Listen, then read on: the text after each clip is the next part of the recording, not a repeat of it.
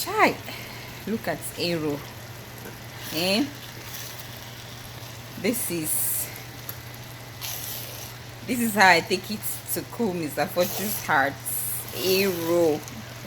But it doesn't mean that any other person who cooks arrow, you can come and cool his house with arrow. It's not going to work. It's only my own arrow.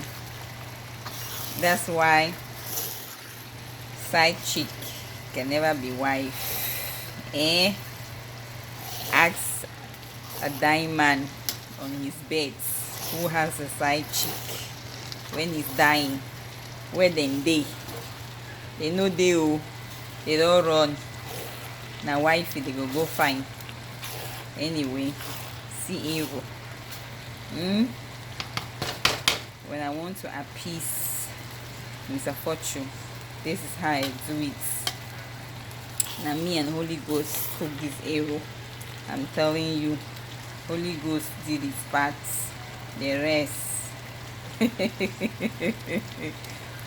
will not mind me.